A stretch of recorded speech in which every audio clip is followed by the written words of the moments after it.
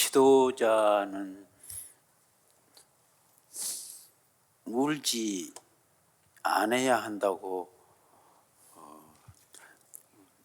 집사람, 사모님이 나한테 꼭 부탁하는데 청년들 앞에 서서 울지 말라고 그러더라고. 지도자가 울면 안 된다고 그래서 내가 많이 참으려고 하니까 더 힘드네. 눈물 날 때는 그냥 울어보는 것이 더 나을 것 같아. 그렇잖아. 안 울려고 하니까 힘들어 더. 오늘 여러분 슈퍼선데이 이제 마지막 날 기독교, 개신교, 프로테스탄트 옛날에 온라인 설교로 그 설교 내용 들으셨죠? 프로테스탄트, 개신교가 요즘 그 한국에서 비난하는 그 수준의 그런 교회가 아닙니다. 프로테스탄트가 나타날 때는 로마 가톨릭 교회, 천주교회 수만 명보다 한 사람 프로테스탄트가 대단한 역할을 했고 미래 시대를 연 사람들이 프로테스탄트 교도들이었어요. 바로 여러분들이 프로테스탄트, 가만히 있을 수 없는 사람들, 시키는 대로 그냥 따라서 하는 사람들이 아니에요. 이거다 하면 행동으로 옮기는 사람들이 프로테스탄트 개신교였습니다. 개신교는 하나님의 말씀 한쪽 손으로, 또 한 손에는 하나님의 말씀을 생활로, 삶으로 고백하는 그룹들이 프로테스탄트예요. 그러니까 지금까지 한국교회는 한쪽만 하나님의 말씀, 그래서 여러분들 성경 공부하고 은혜 받기를 좋아하는데 그것도 중요해요. 말씀의 은혜를 받아야지. 근데 은혜 받는 걸로 끝나면 무슨 의미가 있겠습니까? 그래서 개신교도들은 옛날부터 고백교회라고 합니다. 독일의 고백교회가, 그 고백교회가 히틀러라고 하는 마귀를 물리친 거거든요.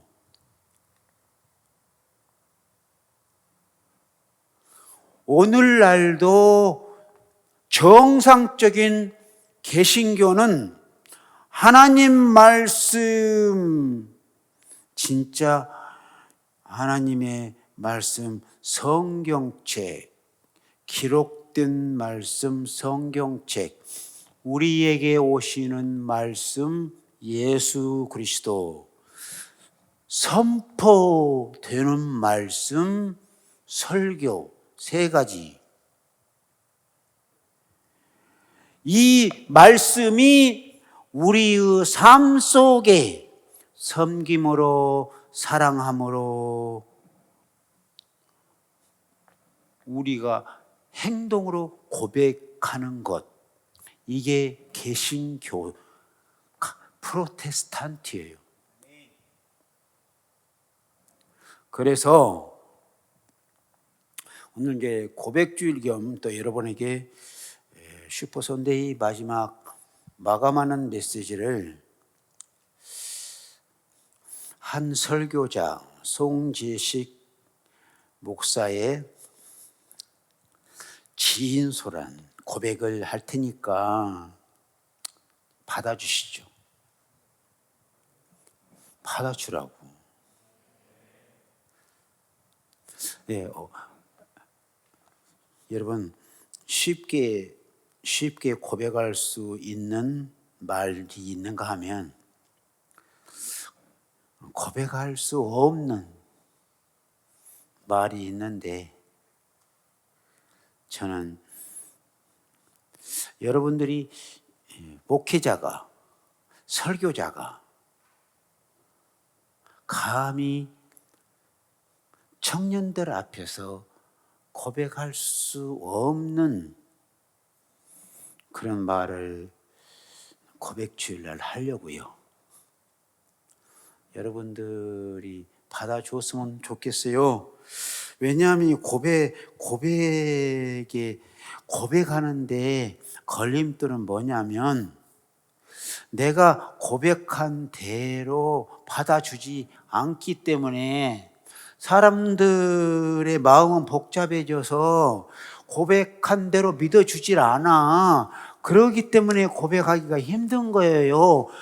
그래서 분위기가 중요한 거예요. 청년들의 분위기가 한 목회자, 한 목사의 진솔한 고백을 할 수 있는 이런 분위기가 되었으면 좋겠어요. 그런데 방금 전에 여기 찬양하면서 보니까 그런 고백을 충분히 해도 여러분들이 받아줄 것 같아요. 근데 반응이 막 위축되네. 바울 사도가 지금 고백하기 어려운 그 문제를 고린도 교인들에게 고백을 하고 있습니다. 특히 바울 사도는 자기 문제를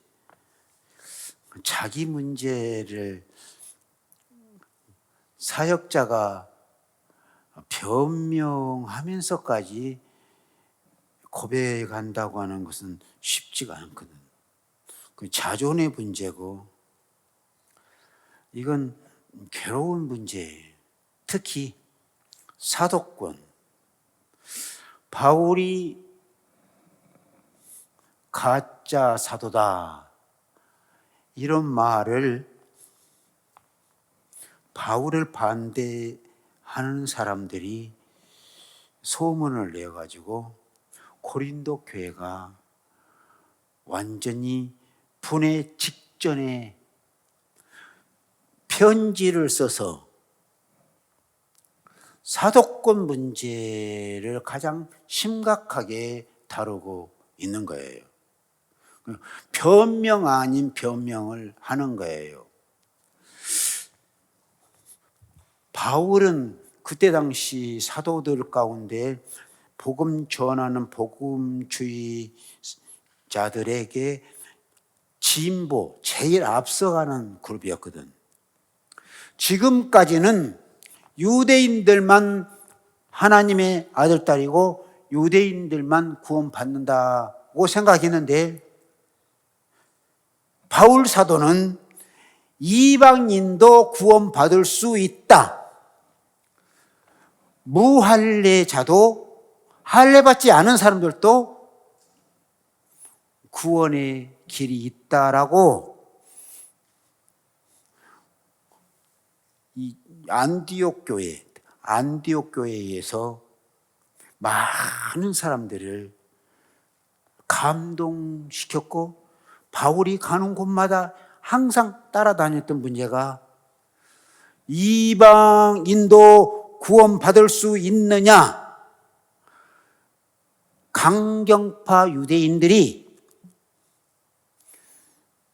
바울을 물고 늘어지는 거예요. 그래서 고린도 교회는 회방자들이 나타나서 바울은 가짜다. 바울은 사도가 아니다.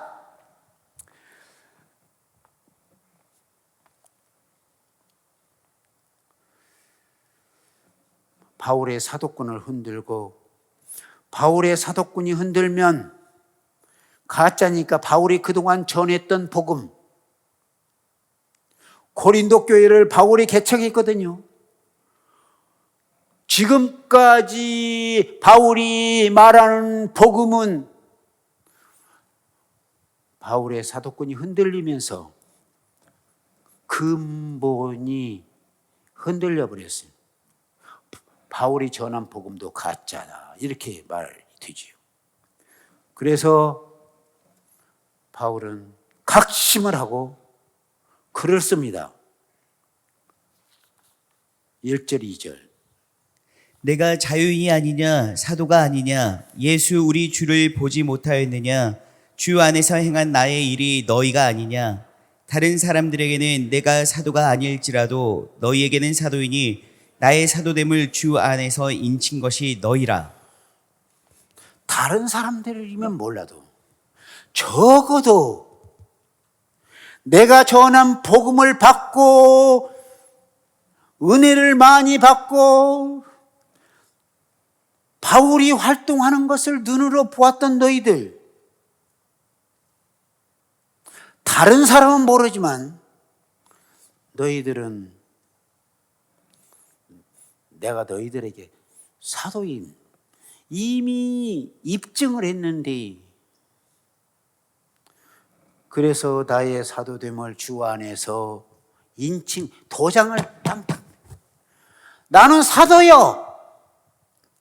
지금 못 박는 것이 아니라 나는 사도요.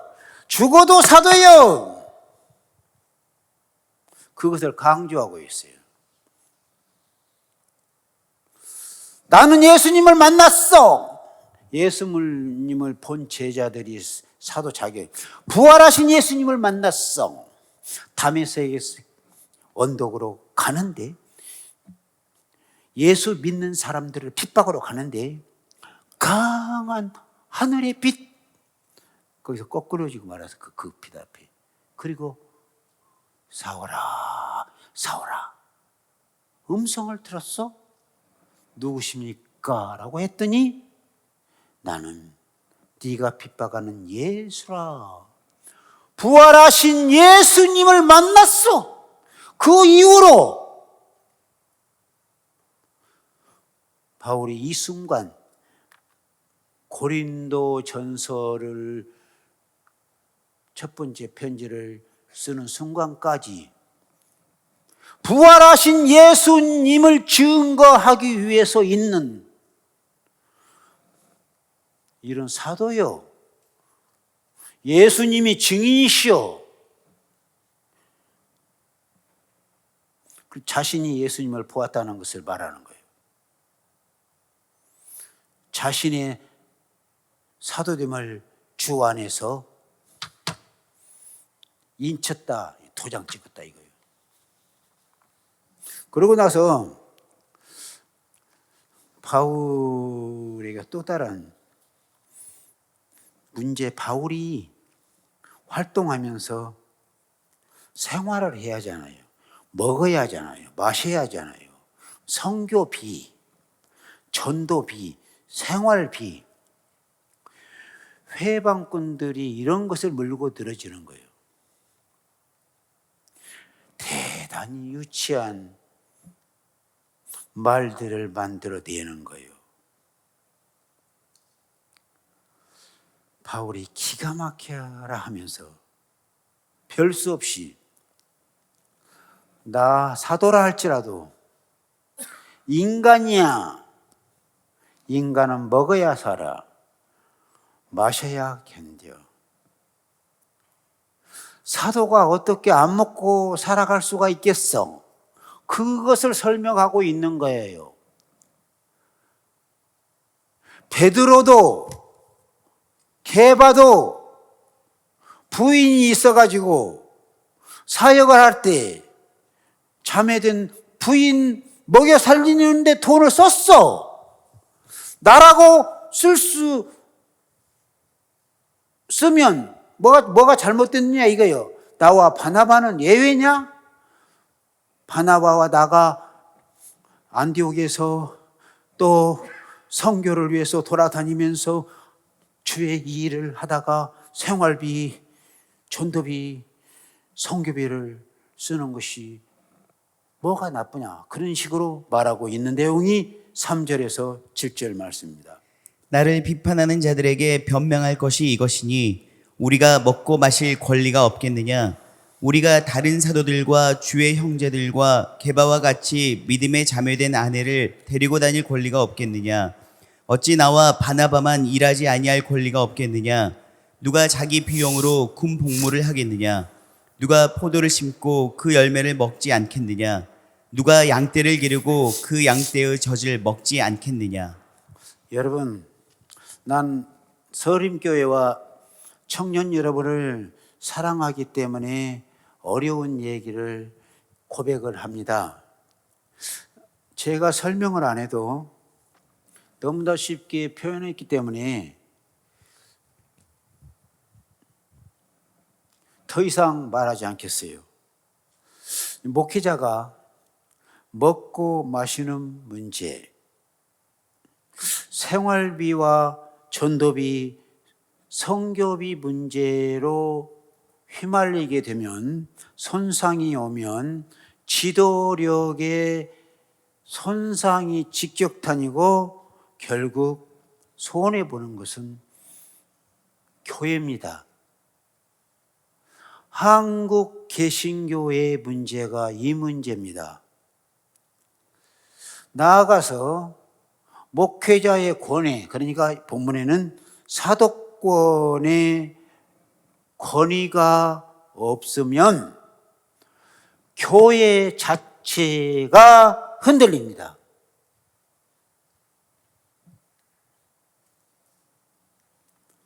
그래서 바울이 이토록 섬세하게 변명 같은 고백을 하면서 바로 잡아주고 싶어 합니다. 자신을 위한 변명이라기보다도 교회를 위한, 고린도 교회 성도들을 위한 바로 잡음은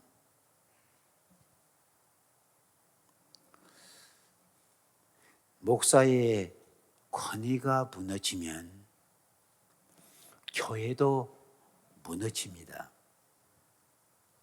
잘 알아야 합니다.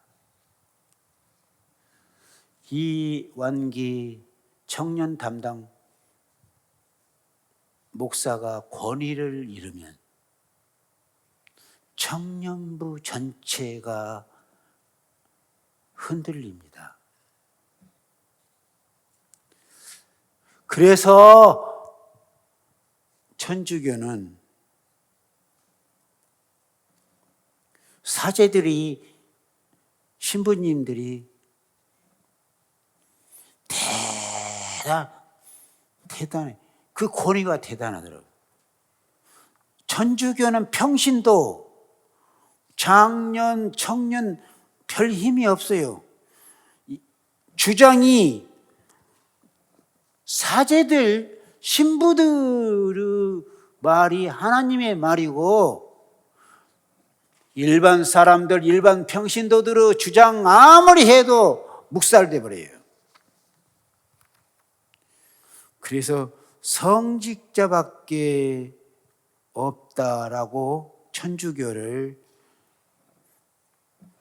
비판하기도 하지요. 그런데 프로테스탄트, 개신교의 출발점부터 평신도들에게 많은 힘을 실어줬어요. 평신도들이 이끌고 갔고, 평신도들이 교회 행정과 교회 조직이 하는데 많이 앞장섰어요. 그러나 천주교와는 달리 개신교는 설교자의 설교권, 이게 쓰여졌어요. 가톨릭 천주교회는 설교라고 없어. 강론, 교황청에서 내려오는 강론, 전 세계가 같은 강론만 읽어주면 끝나는 거예요. 개신교는 선포되는 말씀도 하나님의 말씀, 설교권을 실어준 거예요. 설교자가 설교하는데 권세를 잃게 되면 완전히 다 무너지는 거다. 말이 이겁니다.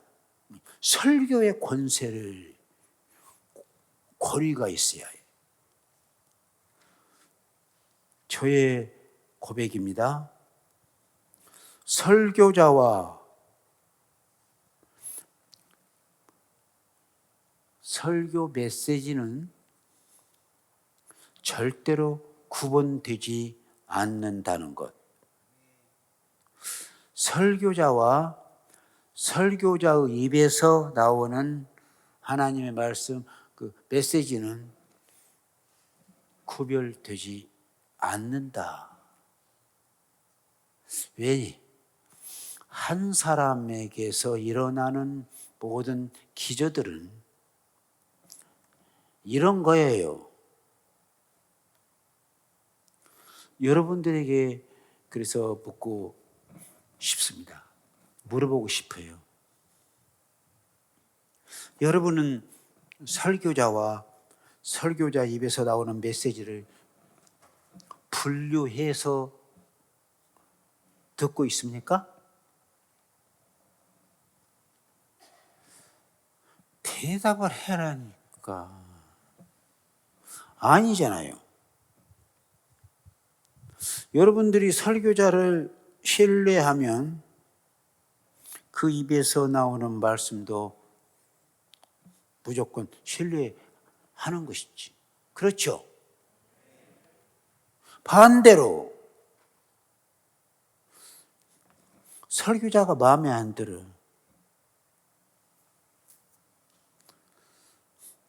설교자가 가짜 같아.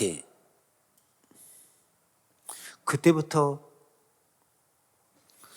그 입에서 나오는 말씀도 들리지 안 들려. 아니, 들린다 해도 배쳐가는 거예요. 저게 무슨 설교야. 그러는 거 아닙니까? 이 심리를 잘 아는 해방꾼들이 바울을 막 흔듭니다. 바울을 흔들러 놓고 바울의 입에서 나왔던 말씀도 복음도 뒤흔들어 버리는 거예요. 그래서 고린도 교회가 파장이 많고 고린도 교회가 문제의 교회가 되고 흔들리고 싸움이 일어나고 복잡합니다. 오늘 한국 교회가 같이 그럽니다. 우리 교회를 빼놓고 많은 교회들이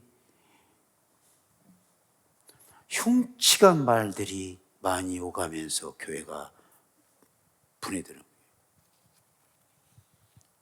바울이 진짜 이것을 바로 잡아주기 위해서 고백 아닌 고백을 하면서 고린도 교회를 살리려고 지금 하고 있는 것이 오늘의 말씀.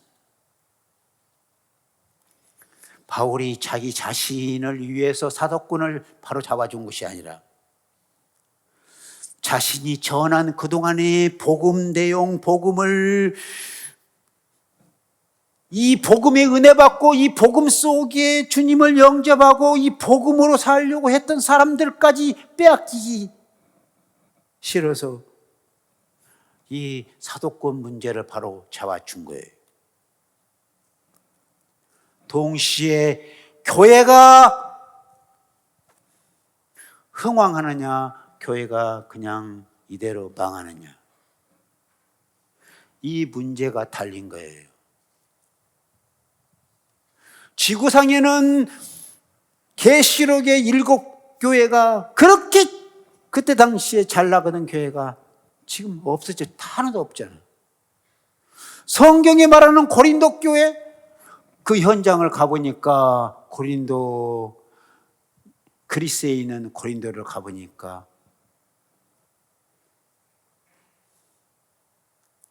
미신을 섬기는 다른 성전이 있어요.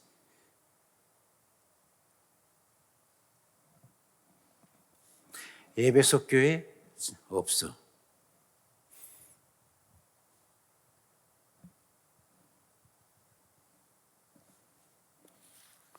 이런 의미에서 나의 고백을 하고 싶은데, 또 한 가지, 설교자의 권세는 교회가 성장하는 데 있어서 본질과 같아요. 교회 성장의 본질.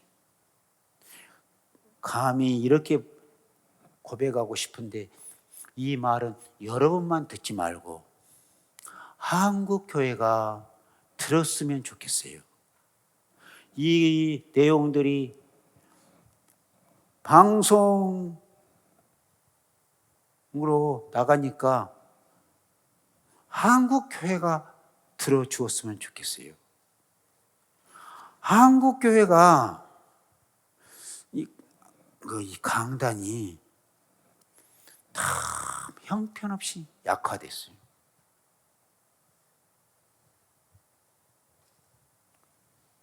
말씀이 약화됐다니까요. 솔직히 여러분들에게 대답을 듣고 싶은데, 성경책, 기록된 성경책 위에다가 라면 먹다가 라면 끓여가지고 그 위에다가 놓고 그냥 성경책 깔아놓고 그 위에 먹은 사람 혹시 있어?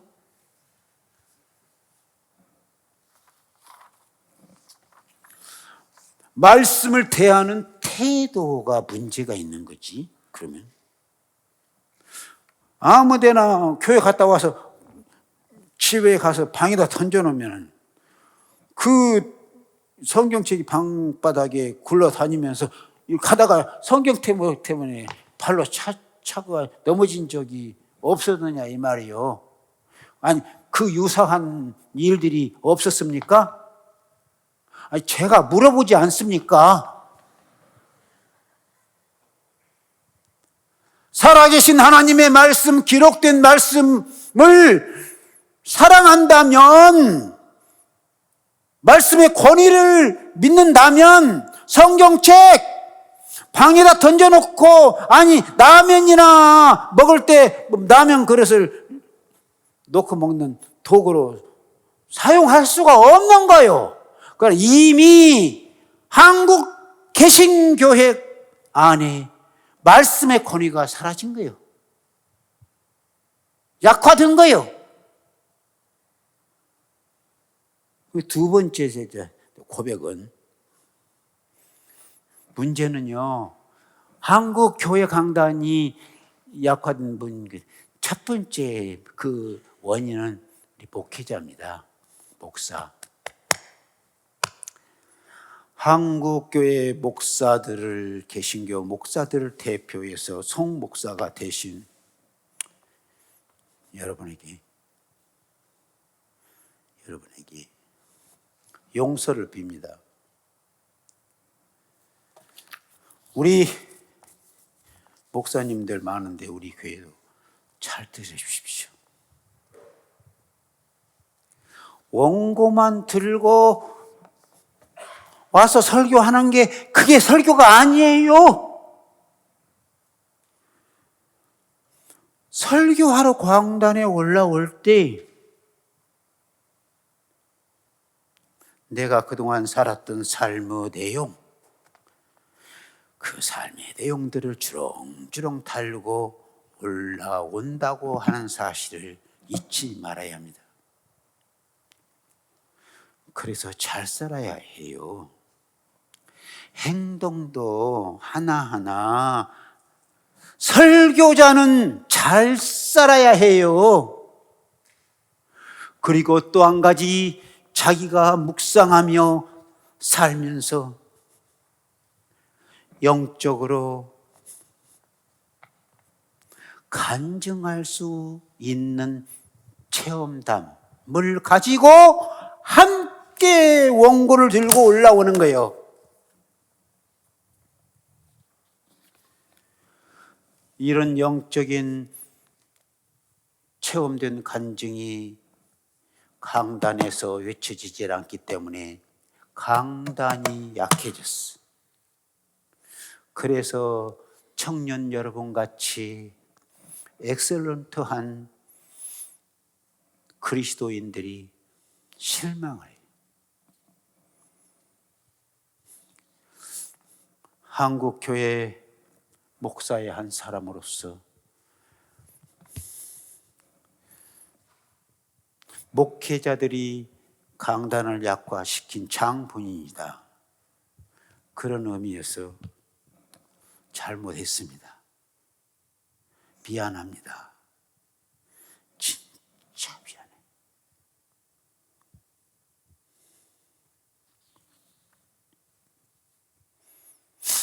저는 여러분을 하나님이 증인이신데 여러분 사랑합니다. 여러분 사랑. 방금도 눈물 흘렸던 것은 여러분들을 사랑하기 때문에 울었거든요.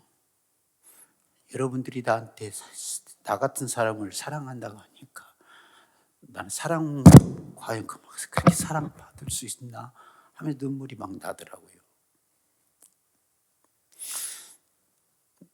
3시까지 맞춰주라고 했는데 큰일 났네. 글도 마칠까? 한 10분만 줄래요. 사랑의 고백을 다 하고 싶은데 목사들이 문제가 많음에도 불구하고 인스파이트 업 그럼에도 불구하고 설교자를 여러분들 사랑해야 합니다. 왜냐하면 대단히 중요한 문제예요. 목사님과 내가 틀어지면 목사님께서 하나님의 말씀을 받아서 여러분에게 주는 것이 딱 막혀버려요. 그때부터 말씀이 막힌다니까. 목사님을 통해서 주는 하나님의 메시지를 들어야 하는데 사이가 안 좋으면 딱 막혀요. 여러분, 그게 막히면은 내 영혼이 메말라 가요. 직장 생활해도 비거덕거려요.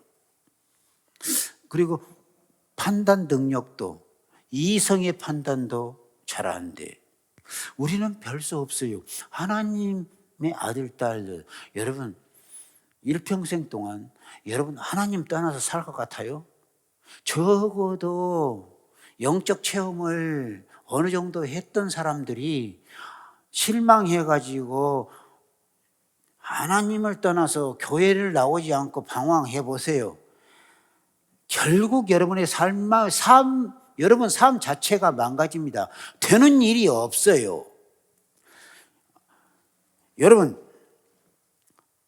영적으로 영혼을 귀하게 여기지 않고 사는 사람들, 영혼 문제가 삐거덕거리면 전체의 삶이 흔들린다는 것. 영혼이 침체되면 이성까지 통제를 잃어버리는 거예요. 영혼이 이성을 통제하기 때문에 그래요. 여러분, 이성이 통제를 잃게 되면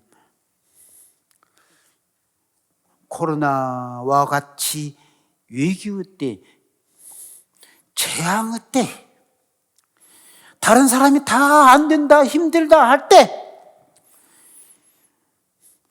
하늘의 지혜를 받아서 그 어려움을 극복하고 뚫고 앞서가야 할 사람들이 나와 여러분들인데 그 힘을 잃고 마는 거예요. 왜? 영혼이 침체되고 이성이 영혼의 통제를 받지 못하기 때문에 이성도 판단력을 잃어버리는 거예요. 신앙의 힘을 잃으면 삶 속에서 힘을 잃는 것은 지극히 당연해요. 그래서 우리 믿는 사람들은 내 영혼이 살아서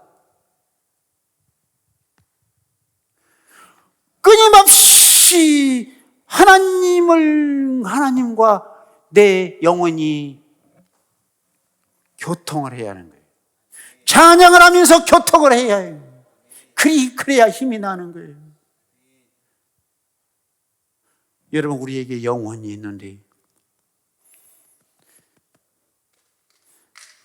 벗겨질래야 벗겨질 수 없는 가장 소중한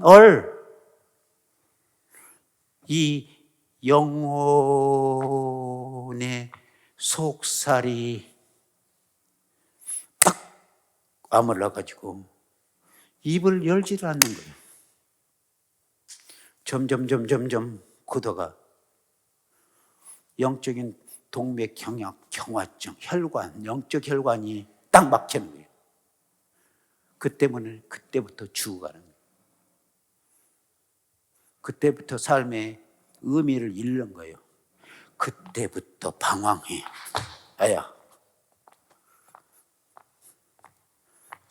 쭉 늘어져서 사는 거예요. 그게 사는 겁니까? 슈퍼 선데이 행사하는 것으로, 보여주는 것으로 끝나는 것이 아니에요. 가정교회, 초대교회 같이 소그룹으로 모여서 분위기가, 내가 한 번도 마음 문을 열지 않고 영혼의 그 속살을 보이지 않았었는데 웬걸 서림교회 청년의 분위기는 내 영혼의 속살을 보여도 된다 해가지고 점점 열리는 거예요. 조개가 물속에서 열리듯이 분위기가, 영혼의 속살이 열리는 분위기, 서림교회 청년의 분위기가 되시기를 바랍니다. 그래서 서로 나는 이렇게 살았어, 그동안. 나는 이렇게 힘들었어. 그런 말들을 서슴없이 할 수가 있고 동시에 받아주는 거예요. 그랬어. 나도 그랬어. 서로 고백하는, 그게 고백이요. 초대교회가 그런 분위기였어요. 그래서 서림교회 청년부부터 이런 분위기에서 살아나면 엄마 아빠들도 장년들도 따라오는 거예요.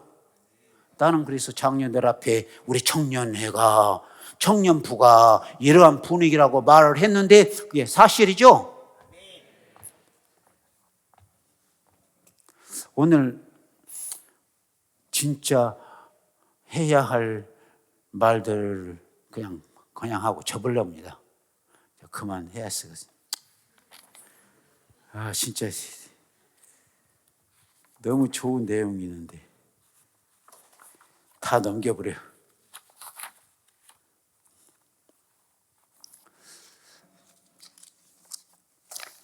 결론으로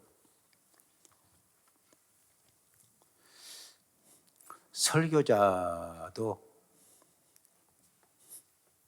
한 인간입니다. 그 구절 찾았어요? 설교자도 사람. 고넬료 집에서 베드로가 이렇게 너무 벌벌 떨면서 신처럼 대하니까 고넬료가 나도 사람이야. 나도 사람이라.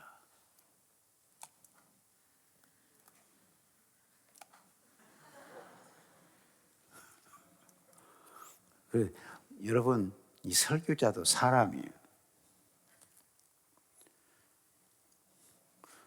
거룩한 하나님의 말씀을 전하면서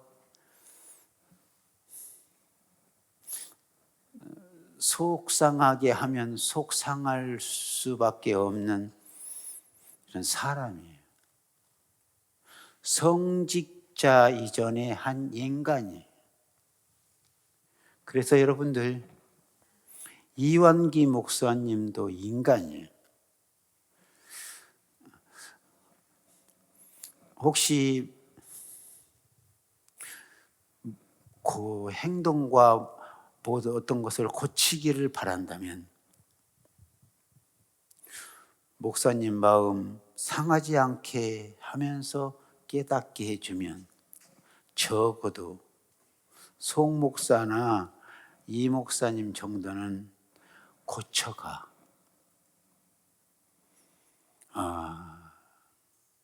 기도하는 목사이기 때문에 하나님 앞에 고치고 여러분 앞에 고쳐. 교회는 사람이 중요한, 여러분 때문에 우리가 있는 거예요. 사역자들이 있는 거예요. 여러분이 원하는 길이라면, 틀리지 않는 길이라면, 여러분 원하는 대로 가고 싶은 마음이 여러분을 사랑하는 사역자들에게 있는 거예요. 여러분, 부정적 에너지는 부정적 에너지 발산하는 그런 원리가 있는 거예요. 부정적 에너지가 있으면 부정적 에너지를 발산하는 에너지. 여러분, 긍정적 에너지는 긍정적 에너지를 발산하는 원리가 또 있어요.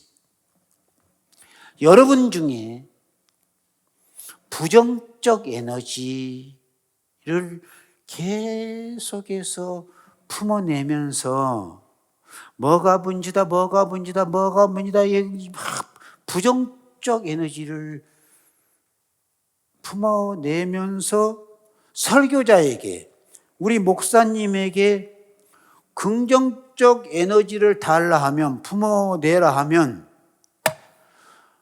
예수님밖에 못하는 일.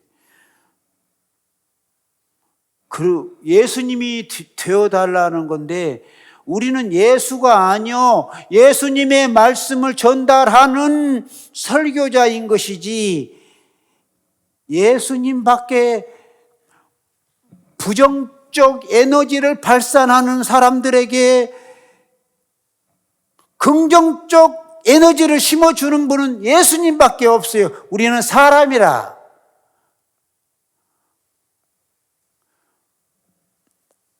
불가능하다는 것을 내가 고백합니다. 솔직히 고백합니다. 누가 안 좋게 막 발산하면 속이 상해. 속이 뒤집어져. 그리고 나 같은 경우는 아파버려요. 차라리 아픈 것이 낫지. 같이 부정적인 에너지를 발산하고 같이 싸울 수 있는 그런 힘이 없어. 근데 요새 사람들은 그런 목사님들 잘 싸우대. 나는 근데 아파버려. 그러지? 별것을 다 물어보네. 여러분들이 예수님이 되라고 하면 33세까지만 살고 죽어야 해요. 그러면은 3년간만 사역 열심히 하고 그냥 쏙 사라져 죽어. 순교해라는 것이지. 나는 사람이요. 나는 사람이라고. 그래서 26년간 목회해 왔잖아요. 사람. 여러분, 여러분들이 여기 지금 앉아서 예배하는데 지나고 보세요. 지나고 봐. 이 말만 하고 마칠게. 바둑 딜 줄 아는 사람 있으면 손 들어봐. 바둑도 뭐, 바둑 잘 치네. 나하고 한 수해, 나중에. 나하고. 몇 컵이요, 몇 탄이요? 탄이지?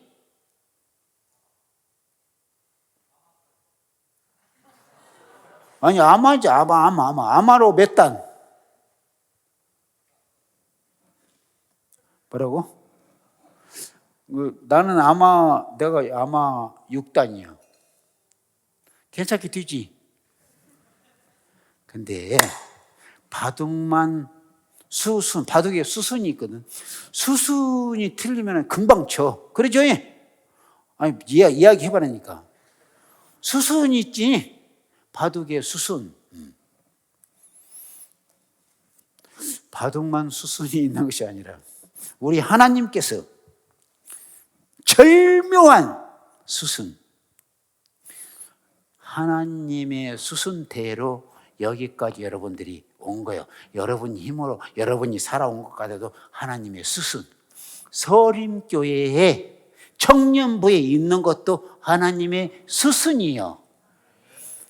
26년 전에 서림교회 담임 목사, 위임 목사로 온 것도 하나님의 수순이더라.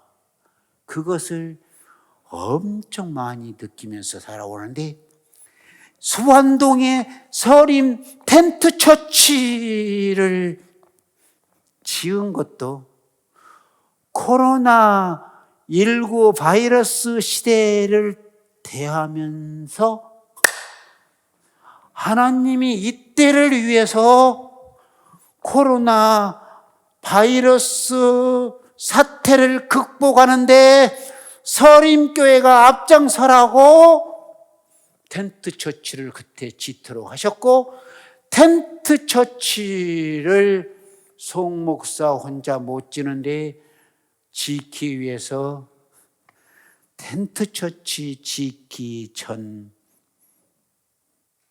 3년 전에 쓰러지게 만들었어. 뇌출혈로. 뇌출혈에서 말도 못하고 이렇게 살아왔는데, 설교를 2년, 2달도 아니고 2년을 설교를 못했는데 하나님께서 기적적으로 살려주셨어. 이마만큼 회복시켜 주셔가지고 교회를 짓도록 하시더라고요.